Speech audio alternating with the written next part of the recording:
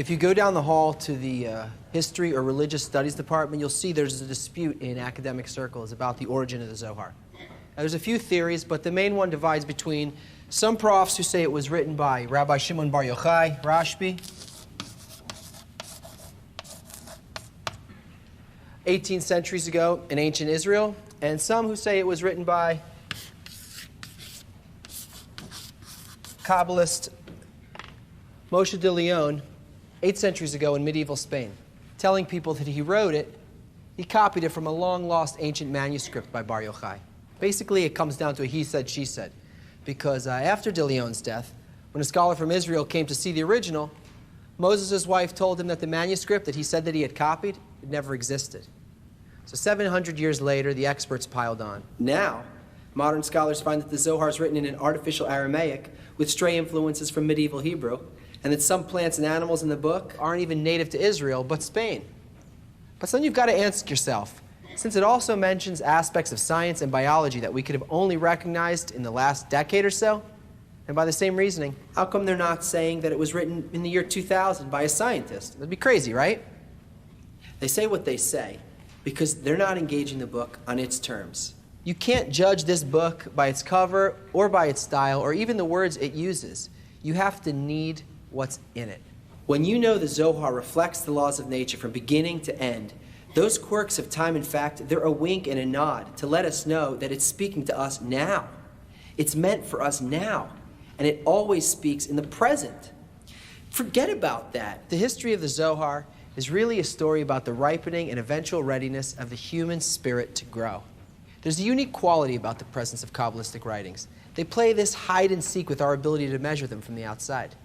That's because Kabbalists make efforts to conceal them so they can be found by people with a true need to seek them out.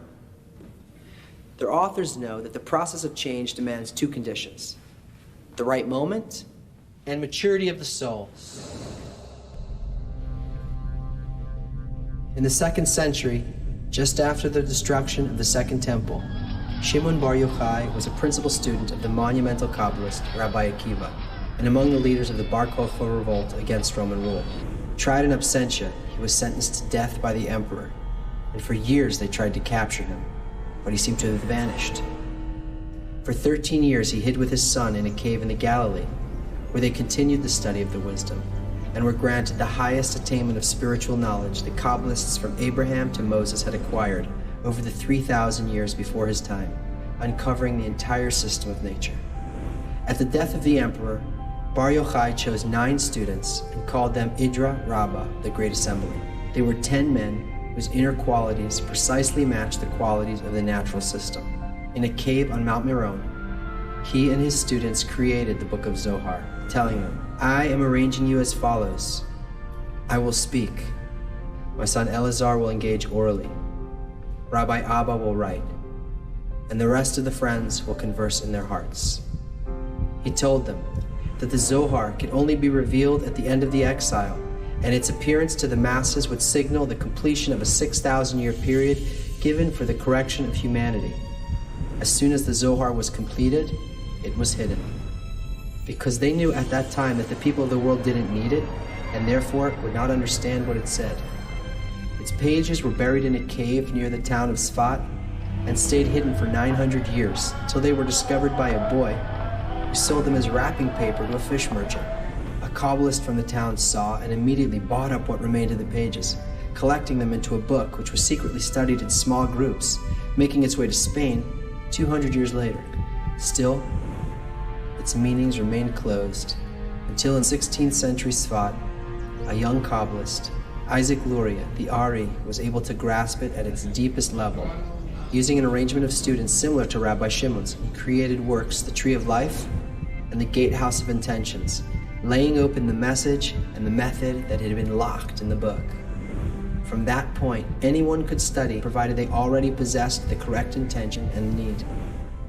It's the nature of hidden things that they can only be discovered at a suitable moment when suitable souls are born into the world. It wasn't until the 20th century, and history's fiercest explosion of human desire, in the generation for which the Zohar was intended, that a unique soul appeared.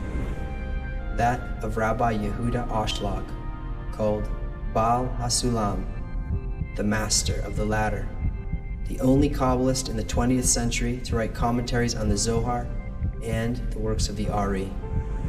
His work gave us the necessary final link connecting the lofty reach of the wisdom to our human experience. He is the only Kabbalist to ever offer a clear, working method that can be used by anyone in the world.